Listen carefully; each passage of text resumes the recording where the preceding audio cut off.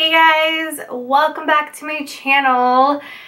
I know it's been forever, as always, but I'm here for a 20-week bump date for you guys. So I know I said that I wanted to kind of update you guys like week to week and do bump dates and like pregnancy vlogs and all that stuff, but to be honest with you, I don't do anything. Like, nothing has changed. I don't go anywhere. I don't do anything fun or like pregnancy related.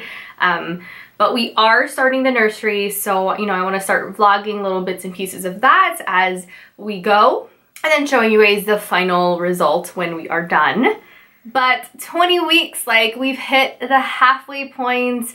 I'm super excited. We just had our 20-week appointment, and technically I'm 19 weeks and 6 days, but when you guys watch this I'll be 20 weeks because I'm gonna upload it tomorrow. So yeah, let's go ahead and just jump right into it and update you guys on what's been going on since like I said, we just had our appointment and we just saw our little bubbies. So for symptoms, really I don't have any. I know they said during the second trimester this is like the best time, but like, I've had such a smooth pregnancy, you know, from my last update to you guys, I don't really have any major symptoms or any, you know, major complications or anything like that. And I'm so thankful for that. You know, I've kind of passed the point of, okay, I'm not worried anymore. He's here to stay. And like, I wanted to feel those symptoms because I wanted to know that everything was okay. But now that we're at 20 weeks, like I don't have that worry that much anymore. So yeah. So some things that haven't changed symptom-wise is shortness of breath, which I think I'm gonna have for the rest of the pregnancy. And yeah, that's probably the biggest symptom. And then just probably the last like week or 2 weeks, my boobs had stopped kind of growing and hurting. And then just the last week or two, they don't hurt, but they hit a growth spurt. Like, let me tell you, I need to go get measured again because I think they jumped probably like a size and a half. And the biggest thing is that they're so heavy, like so heavy, just big boob problems. And they're just gonna get bigger. Nothing I can do about it. So those are probably like still the same type of symptoms that I still have. Some new ones that I have that are, I guess, typical in the second trimester is my sinuses and allergies. Well, really, I just have sinus issues. But here in Vegas, like, it's been so windy, and then it's not windy, then it's hot, then it's cold again. Like, our weather is so ridiculous right now that my sinuses have been out of control. I went to the doctor to get that checked out because I've been having a really bad earache. And like at night when I sleep, so I thought like maybe I have an ear infection or something, and I knew I kind of had a sinus infection. So I went to get that checked out, and you know, I have a minor sinus infection, which is like typical, like I always get that. And then nothing really too wrong with my ear. It's just there was like fluid in there and stuff, and my sinuses are contributing to it. So yeah, she gave me some amoxicillin to take.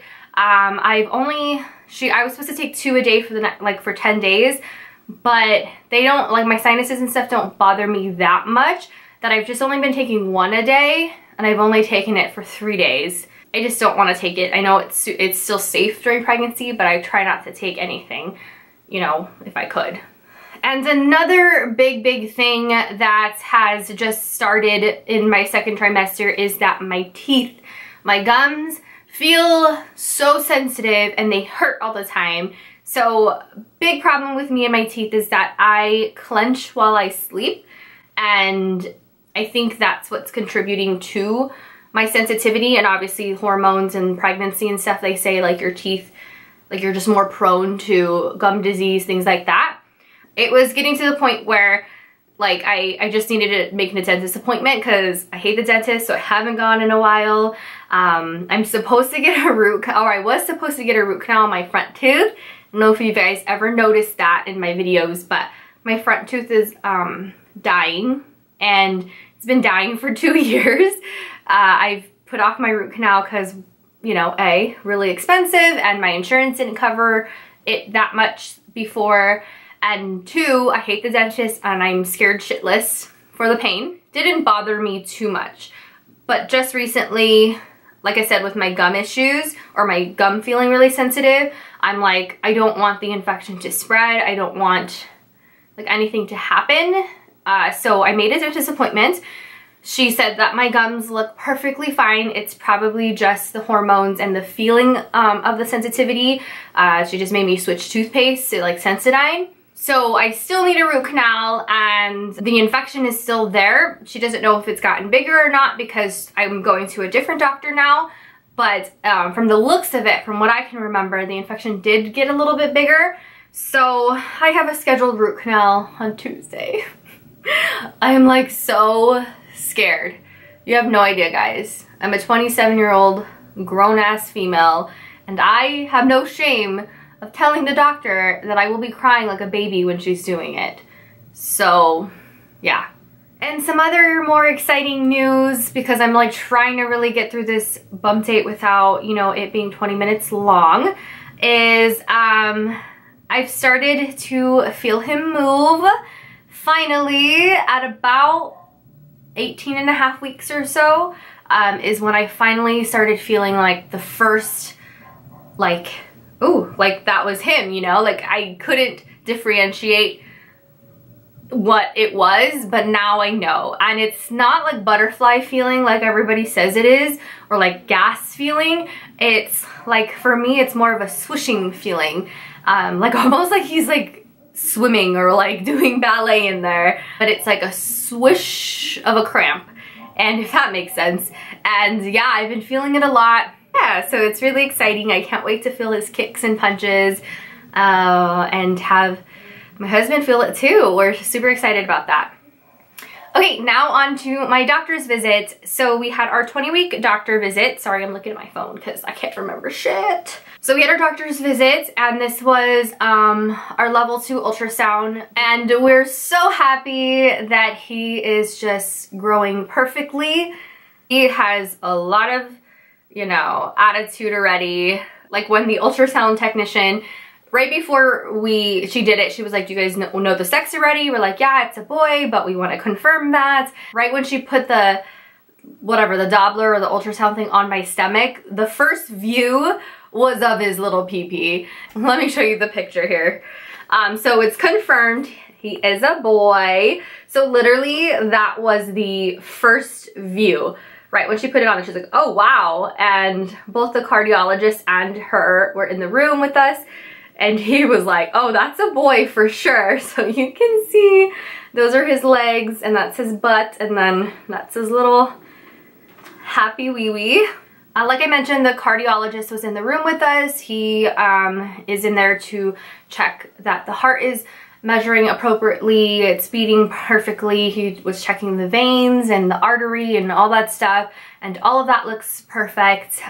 No hole in the heart, no anything like that. So like I said, he is growing perfectly and healthy and really well. Doctors are really happy. I am 19 weeks and 6 days, and he is actually measuring ahead by just a couple of days. I am measuring at 20 weeks and 1 day. So the doctor was super happy about that, because he says, you know, typically if something's wrong or there's a red flag, that he would be measuring behind what he's scheduled to be, and sometimes like a week or 2 behind, and that's something that, like, you know, they would look into further because something could be wrong. And the last thing that they checked for was my cervix. Being an IVF patient, which I didn't know, but makes sense going through like everything I've gone through, PCOS and things like that, that they check your cervix because they want to make sure, like, you know, they can tell from your cervix that sometimes you can be in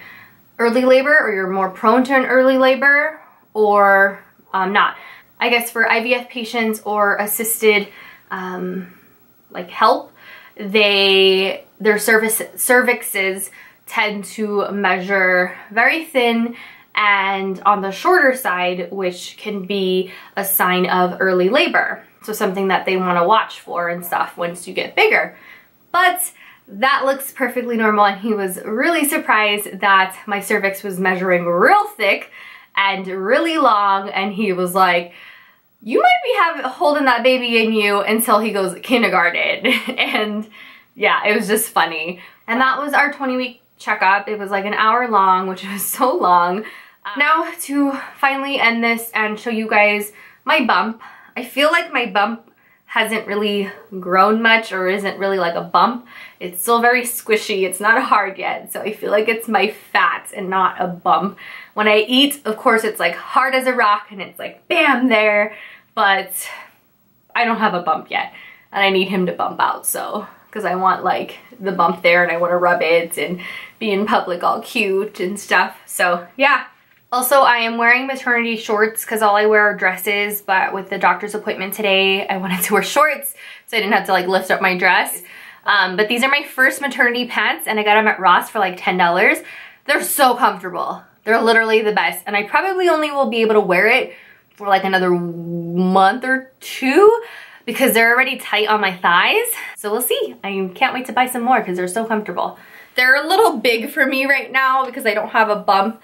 And I'm not really like that big, but I love them. So yeah.